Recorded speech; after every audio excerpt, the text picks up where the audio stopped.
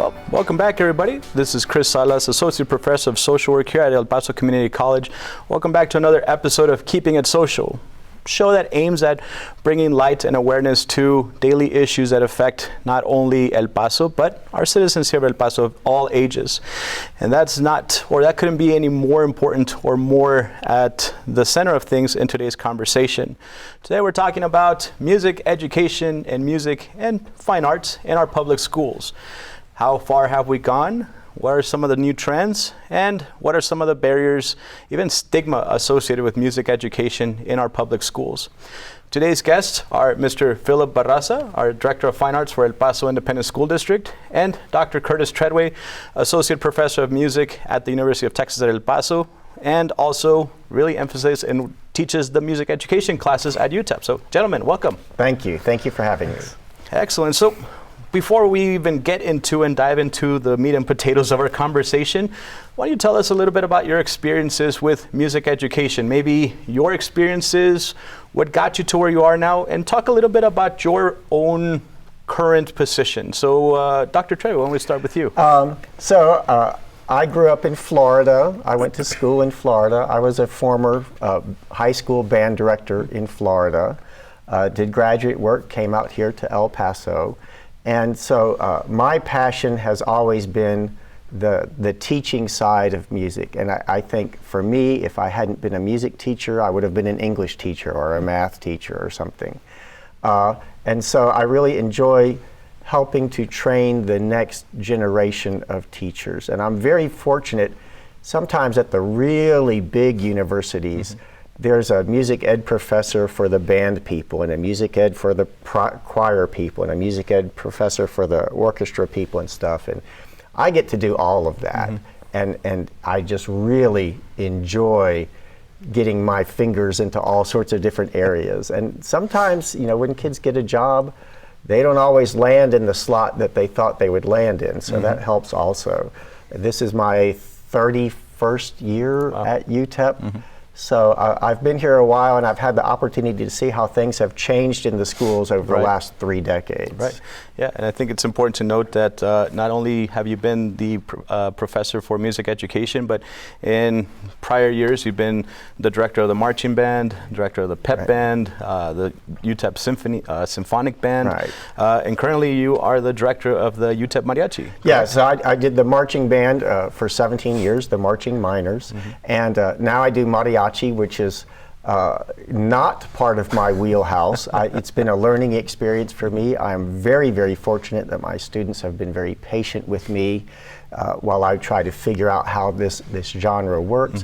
But I've really, really enjoyed doing that. Awesome. Thank you for being here. Mr. Barasa, what about yourself? So I'm from El Paso, and growing up I did dance, theater, band, and art. And so I was actually a television news reporter.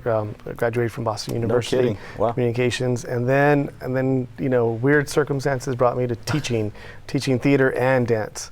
So I had successful theater and dance programs, you know, throughout the city, and then it just one thing led to another, and before you knew it, I became an administrator, and now I'm in charge of all fine arts at El Paso ISD.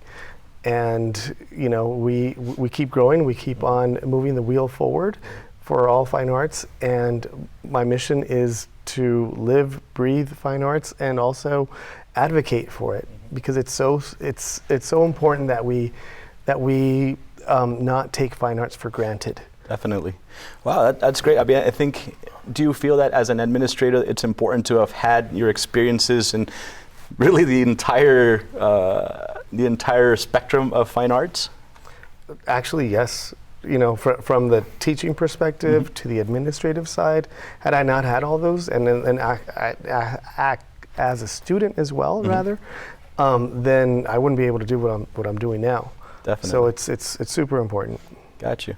And so your history in newscasting and such, don't be too critical of this side of the table. But I'm actually really glad that we got really the entire level, right? So from the public schools, from K to 12, and then Dr. Treadway to talk about that transition from the grade schools, right, our public Right. schools, all the way to college, and then, like you mentioned, making it a career of that. So, with that in mind, Philip, tell me a little bit about, as the head of EPISD's Fine Arts program, right, the largest district in our city, in our county. And just for sake, we did invite other members of other districts. Unfortunately, because of scheduling, they weren't able to be here. So maybe we can do a follow-up with everybody, including all districts, maybe in the fall. But again, as the representative of the largest district, you were telling me earlier that you feel that EPISD has made music and music education a priority now. Would you like, please tell us a little bit more about that? Okay, so I'm very happy to say that at our campuses right now for elementary, we are actively looking to expand our fine arts opportunities. Right now, our schools either have art or music, or they have a form of it, or they have both, depending on on what elementary school you go to. Mm-hmm. So we're actively looking to expand that to where we can offer that, everywhere. Mm-hmm. And not only that, but other fine arts opportunities. But the great thing is that now we're at a position where our secondary schools, middle school and high school, now the priority is fine arts, as far as like, okay, let's create strong programs. Let's keep the program strong. Let's go ahead and invite as many students to participate in it, because bottom line is when your child is participating in a music program, for instance, studies show, and this is research proven, and studies show that your student will actually, in college entrance exams, score significantly higher, up even more than 100 points higher than those students who did not take music courses from throughout middle school and high school. Mm-hmm. So we always advocate that. We always say, because like in El Paso especially, what happens is you have a kid, and right away you think of putting them into t-ball. You think about putting them into soccer. You think you think that route, right? Mm-hmm. But that's the majority. And then you find a minority that are putting them into piano lessons, into voice lessons, into theater. And so what we're actively doing is we're actively letting parents know that when put your kids in the athletic part, definitely 100%, but also consider putting them in fine arts, because it's also because if you have them both athletically and in fine arts, you have a well-rounded child. And not only do you have a well-rounded child, but you have a child that's going to be ready for all the challenges that come into this world. And so what we're always saying is, and I say this at a lot of our presentations, whenever we have a concert, whenever we have a dance recital, anything like that, I always thank the parents for having them in their fine arts programs. I'm like, you have made the right choice, because you have just made your kid smarter. For dance alone, if you're a dance kid, research says your IQ is 15 points higher, than kid who doesn't, because there's so much muscle memory as well. You're activating different parts of the brain. Mm-hmm. I have a 6-year-old, and I have her in. It's going to sound a little extreme to some people, I'm sure, but I have her in gymnastics, I have her in dance, and I have her in piano, and she has a class every single day except for Sunday. Wow. And on Saturdays she has 3 classes, and she loves it, and the reason I have her is because she's asking for it, just so you know. Okay, but when she doesn't go, she's, but the point is that the more you have your kid, actively engaged, mm-hmm. the more successful they're going to be. The more successful they're going to be in life, because then when they become adults, no matter what hits them, mm-hmm. They're going to learn all those skills. One thing for sure, like right now, our big push is to get as many kids involved into our fine arts programs. A huge program is marching band. Let's take marching band, for instance. Marching band teaches you discipline, teaches you responsibility. It teaches you to work with others, whether you like the other people or not. It teaches you that you're only as strong as your weakest player, your weakest link, so to speak. and it teaches you that the true meaning of teamwork to get something done. So when I was in marching band, I still take everything that I learned, that I apply in everyday life, whether it comes with my team at Fine Arts or wherever it is. And all those skills, have still followed me and still continue to follow me. If I can piggyback on what Sil said. So there's two things. First of all, so I'm the old man here. I've been here 30 years. And so when I first came to El Paso, just about every school district was fairly deficient in elementary music. And that's one of the great things that I've seen change over the years, is more and more opportunities for elementary music, and more hires for elementary music positions and things like that. So that's great, and props for making that happen. The other thing is, when we kind of look, there's a lot about intelligence that we don't know, because you don't want to crack somebody's brain open and look inside. But we kind of know that you have one part of your brain devoted to speech, and one part of your brain devoted to vision, and one part of your brain devoted to language. And so UT San Antonio did these CAT scan studies, MRI studies. And what we kind of think is one of the big things about intelligence is not this part of the brain or this part of the brain, but how the different parts talk to each other. And what we find is when you're engaged in the fine arts, when you're engaged in music, when you're engaged in movement, the brain just lights up. And so if I'm reading music, I have a visual thing, I've got these music symbols, I have to decode what they mean. That turns into a physical response. And so when kids are young, when they're 4, 5, 6, 7, 8 years old, that brain is still developing. And when we have music as part of that, when we have dance as part of that, we're strengthening those connections from the different parts of the brain. And we think that's why so many kids in the arts come out doing better on the ACT, come out doing better on the SAT. We can't say that for certain, but it sure seems to point in that direction. Definitely, yeah. And I also want to add, because there's always a stigma too, like oh, my kid isn't musically talented, or my kid isn't artistic, or I want to say every kid is musically talented, every kid is artistic, just like any other realm. So it's a thing that it's a craft. You build it. It's just like reading. When you're reading, you can't say, oh, my kid's not a good reader, so I'm just gonna not teach him ever how to read. And speaking of reading music, you just learned a whole new language. So that activates yet another part of the brain. That makes it that much smarter. And again, every kid has musical talent. We want to find the right slot for that. For some kids, it's going to be band, and for some kids, it's going to be orchestra, and some kids, it's going to be singing, and some kids, it's going to be music theater. And that's the cool thing about the public schools, is that we tend to offer a menu of fine arts options. And so, there's a place for you, there's a place for you here somewhere. And we want to make sure that you get that opportunity. Yeah. And I think the thing to echo of everything you guys are saying is the opportunity, like you said, that the opportunity has evolved, not just in high school where you have your band programs, your choir, your dance and such, but it's evolved in music to middle school for beginning band and beginning programs, but then even to the elementary level where you have elementary music. You have maybe a general music teacher, that teaches everything about music, from shakers to the non-wind, non-percussion, but your beginning instruments.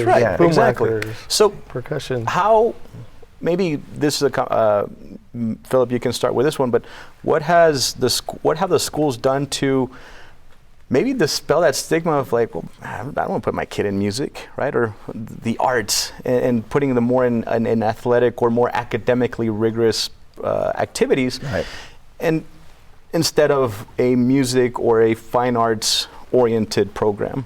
So step one is, every elementary kid is required under TA to take 45 minutes of fine arts a week.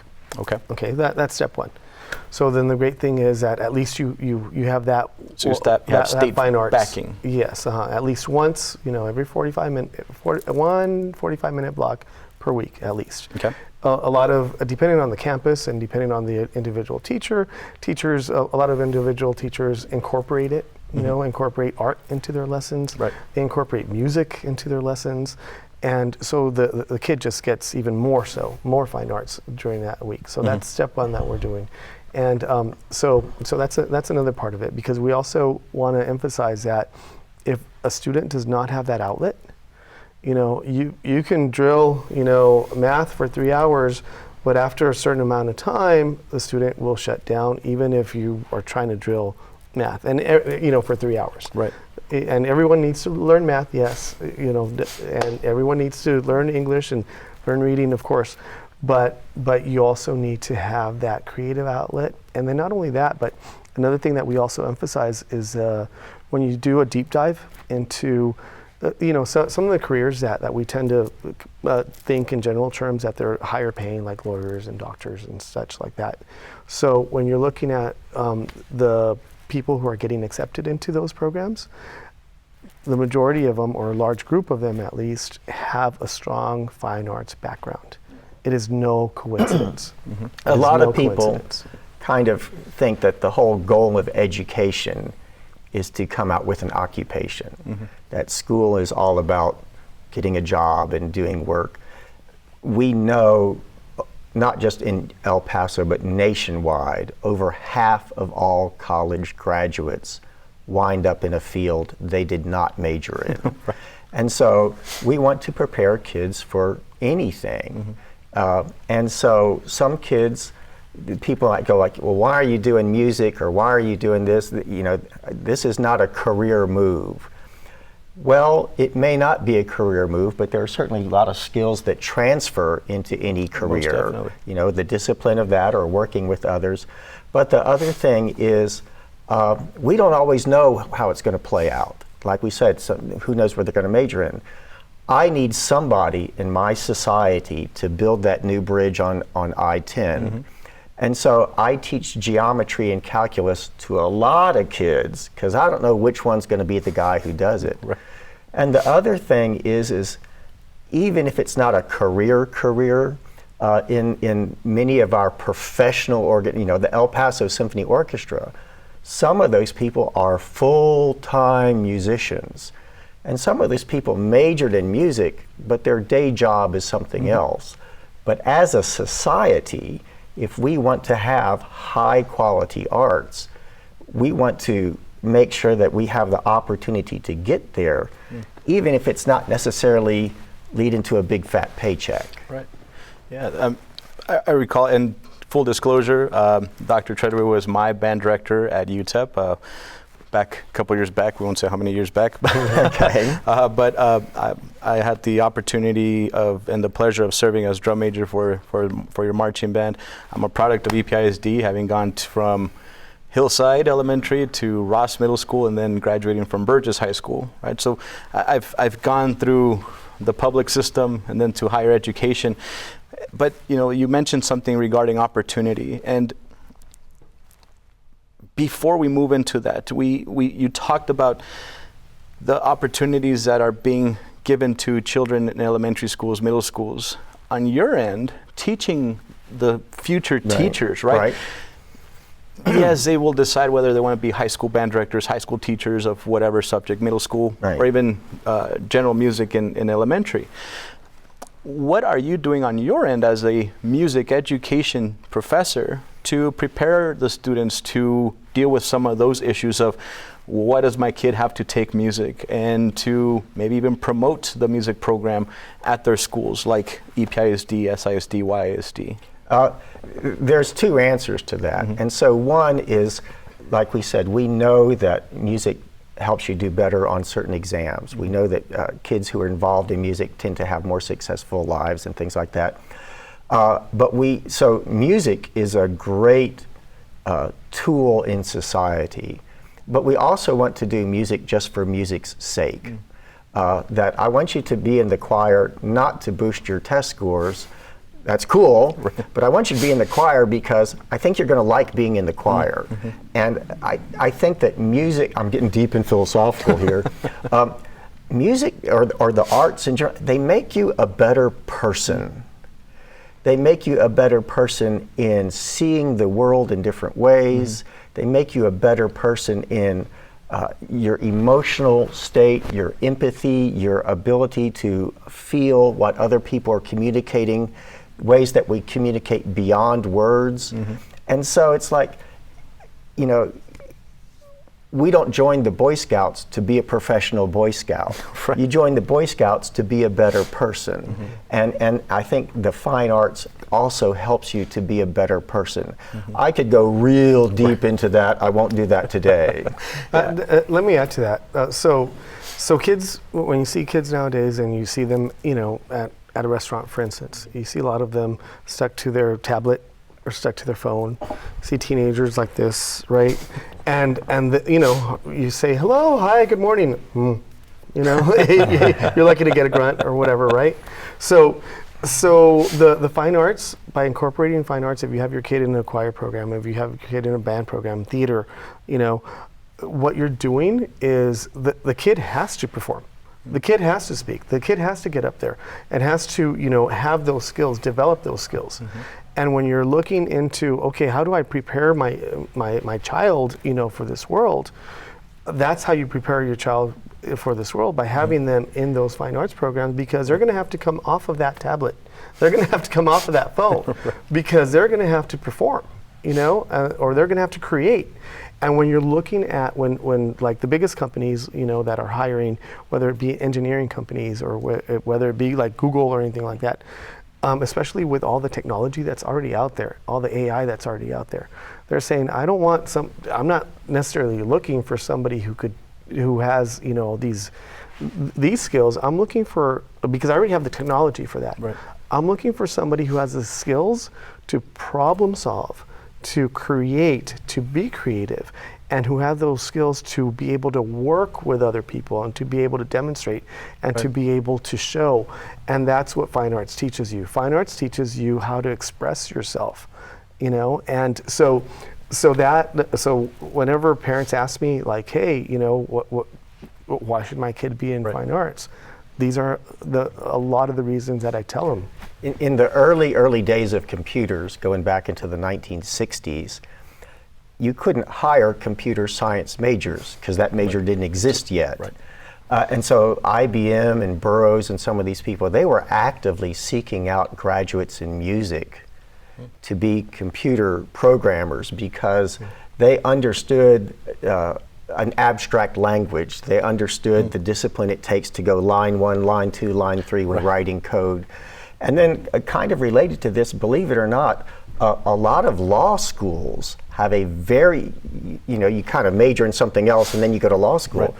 And a lot of people who get accepted into law school are actually music majors. Wow.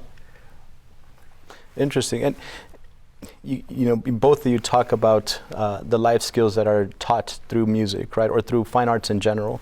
And I recall, you know, Dr. Treadway, in your band used to talk about how you would rather have a band full of good people than good players, right? Yes.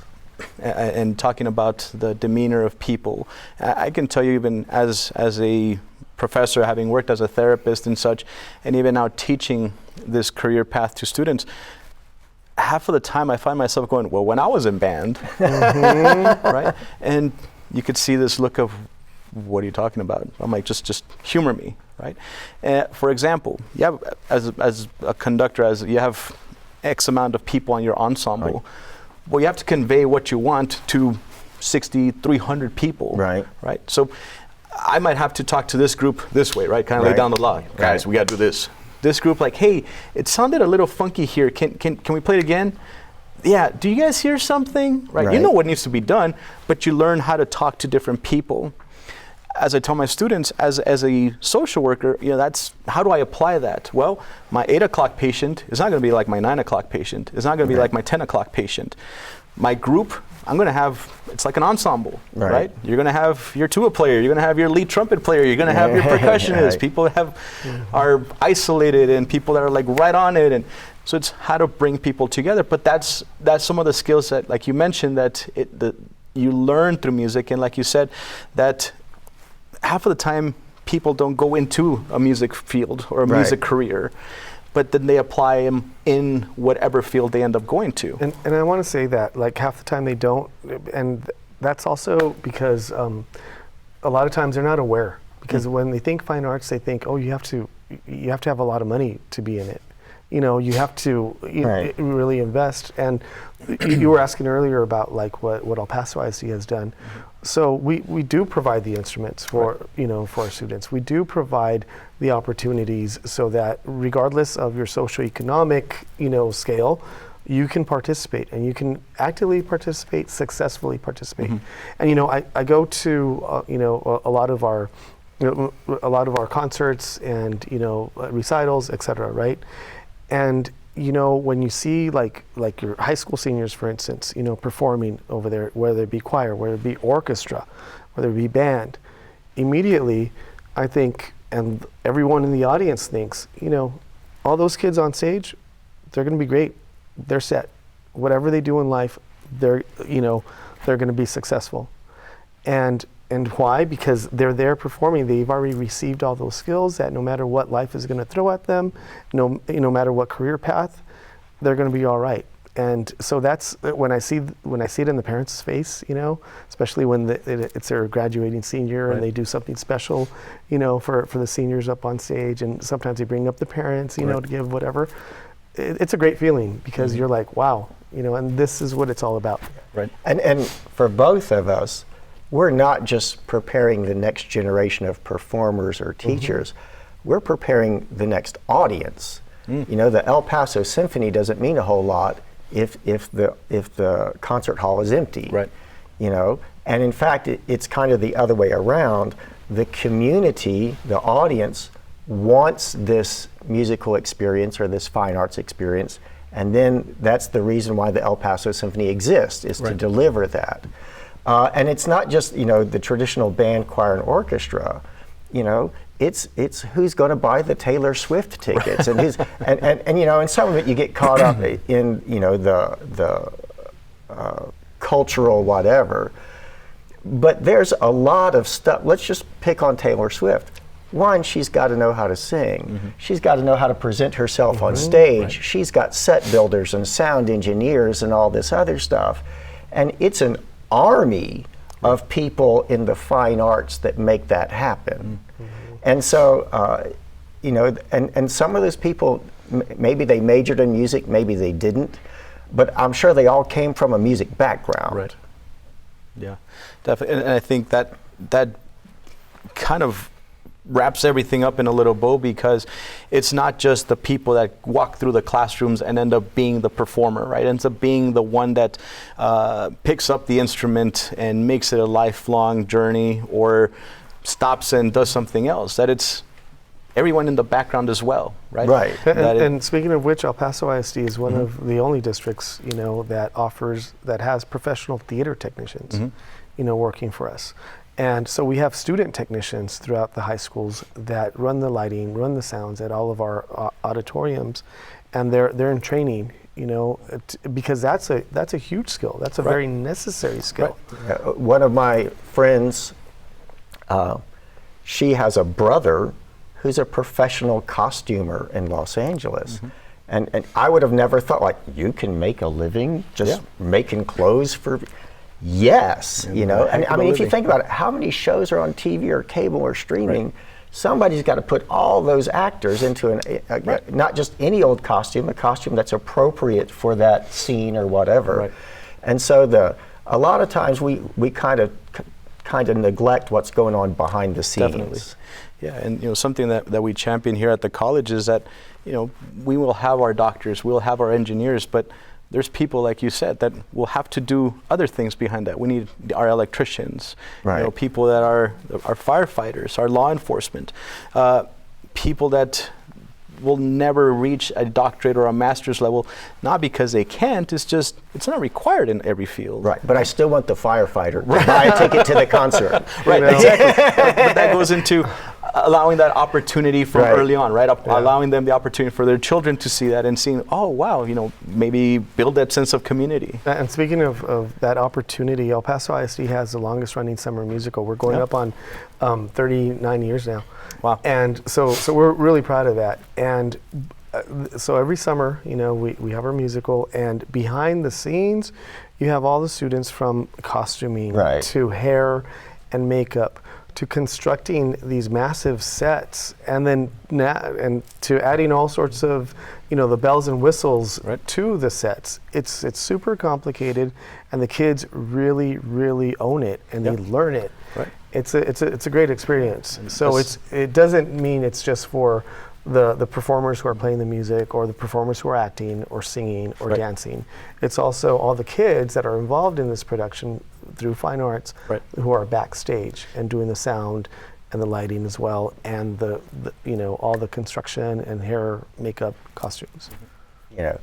Even we don't do this at UTEP, and I don't know if EPISD, but there are some schools out in the United States where they literally teach classes on DJing. And we could argue that, that's not really being a music.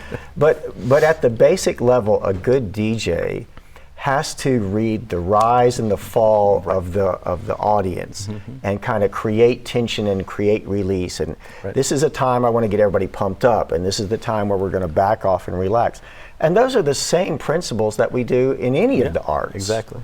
Yeah. Well, I appreciate you both coming today. Believe it or not, I mean, we were having this conversation of like, how are we going to filter? But I mean, we actually we probably got through half of the topics we want to talk in. So I would hope that you both would consider coming back and continuing conversation, talking about some of the barriers, talking about some of the things that may be coming down the pipeline at both the EPISD in the city, at UTEP, that will help enhance the music experience and improve the opportunities at all levels.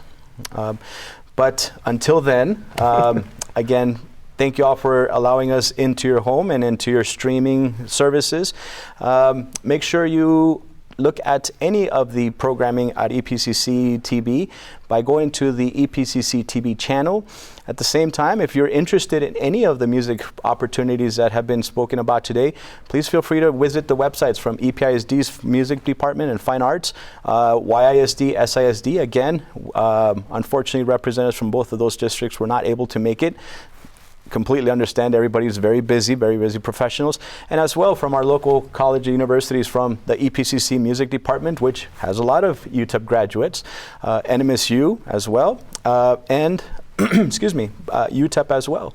So that information will be posted for you as well, so that you can have access to that information. And at the end of the day, some of these questions are, we didn't have a hard conversation per se today, but there are some pressing issues that can come up at any point in time. All I ask is at the end, just keep it social. Thank you all.